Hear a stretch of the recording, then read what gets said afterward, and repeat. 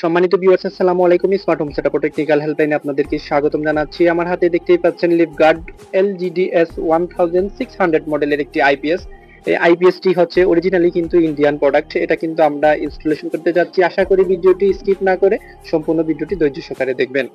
আর দেখতে পাচ্ছেন সাইপ পাওয়ার STB200 একটি টিউবুলার ব্যাটারি। এই টিউবুলার ব্যাটারি কিন্তু সাধারণত আইপিএস, ইউপিএস এবং ইনভার্টারের ক্ষেত্রে এই ব্যাটারিগুলো ব্যবহার করা হয় থাকে, কারণ এই ব্যাটারিগুলোর স্থায়িত্ব এবং দীর্ঘমেয়াদী লংজিভিটি থাকে। কিন্তু এই টিউবুলার ব্যাটারি যদি আপনারা ব্যবহার করেন অনায়াসেই কিন্তু অনেক দীর্ঘস্থায়ী এবং লং লাস্টিং ক্যাপাসিটি রয়েছে এই ব্যাটারিগুলোতে। তারপর হচ্ছে আমরা আমাদের যে আইপিএস এর ব্যাক সাইডে দেখতে পাবেন ব্যাটারি কানেকশনের জন্য দুইটি কেবল রয়েছে, নেগেটিভ এবং পজিটিভ, অর্থাৎ কালো এবং লাল। আমরা কালো তারটি ব্যাটারির যে আমাদের যে নেগেটিভ প্রান্ত রয়েছে অর্থাৎ এন টার্মিনাল রয়েছে, এন অথবা মাইনাস দেখতে পাবেন ব্যাটারির এই টার্মিনালে কিন্তু আমরা আমাদের যে ব্ল্যাক কালারের তারটিকে ভালোভাবে লাগিয়ে নিলাম। তারপর হচ্ছে আমাদের পজিটিভ তার, ব্যাটারিতে কিন্তু পজিটিভ তারে পি এবং প্লাস চিহ্ন দেওয়া থাকবে এবং মেশিনের ক্ষেত্রে কিন্তু বি দিয়ে কিন্তু প্লাস এবং বি দিয়ে এবং মাইনাস দেওয়া থাকবে। আপনারা দেখে শুনে এই ব্যাটারির যে তারগুলা ভালোভাবে কানেকশন করে নেবেন। এখানে কোনোভাবে লুজ কানেকশন রাখবেন না, লুজ কানেকশন রাখলে কিন্তু ব্যাটারি চার্জিং এ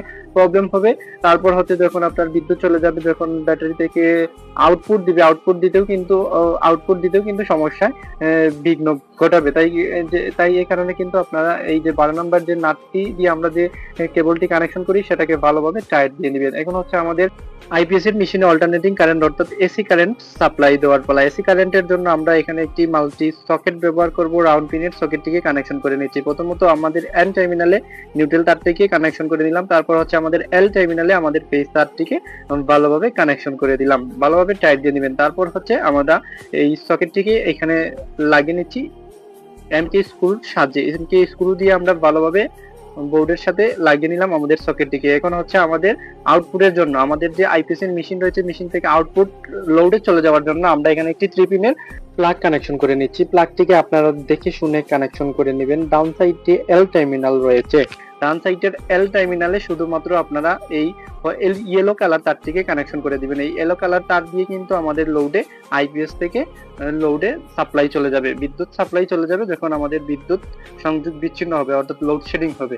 এখন আমরা আমাদের পোলারিটি টেস্টার দ্বারা চেক করে নিচ্ছি আমাদের সকেটের পোলারিটি ঠিকঠাক আছে। তারপর হচ্ছে আমাদের মেশিনের এসি কোডটিকে লাগিয়ে নিলাম। এখন হচ্ছে আমাদের আউটপুটটিকে লাগানোর পালা। আউটপুটটিকে লাগানোর আগে কিন্তু আমরা পেজটাকে চেক দিয়ে নিচ্ছি। এই যে দেখেন আমাদের মেশিনের ডান সাইডে কিন্তু আমরা পেজটিকে পেয়ে গেলাম। এই যে দেখেন ডান সাইডে আমরা সকেটের ডান সাইডে কিন্তু এল টার্মিনালে আমাদের যে ইয়েলো কালারের আউটপুটের ফেজটিকে আমরা ইনপুট করেছিলাম। এখন আমরা মেশিনের কিন্তু ডান সাইডেও আমরা আউটপুট পেয়ে গেলাম ফেজ। এখন কিন্তু আমাদের যে সকেট রয়েছে 3 পিন সকেট, আউটপুটের যে সকেট রয়েছে সকেটটাকে মেশিনের মধ্যে ঢুকিয়ে দিলাম। এখন বাস আমাদের এখানে কানেকশন শেষ। তখন আইপিএস এর সুইচটা যখন প্রেস করব আমরা তখনই কিন্তু সরাসরি আমাদের লোডে আইপিএস থেকে বিদ্যুৎ চলে যাবে। যতক্ষণ কারেন্ট থাকবে ততক্ষণ কারেন্ট থেকে চলবে। যখন বিদ্যুৎ লোডশেডিং হবে তখন কিন্তু আইপিএস স্বয়ংক্রিয়ভাবে অ্যাক্টিভ হয়ে যাবে। ধন্যবাদ সবাইকে। যদি ভিডিওটি ভালো লাগে লাইক দিয়ে কমেন্ট করে যাবেন।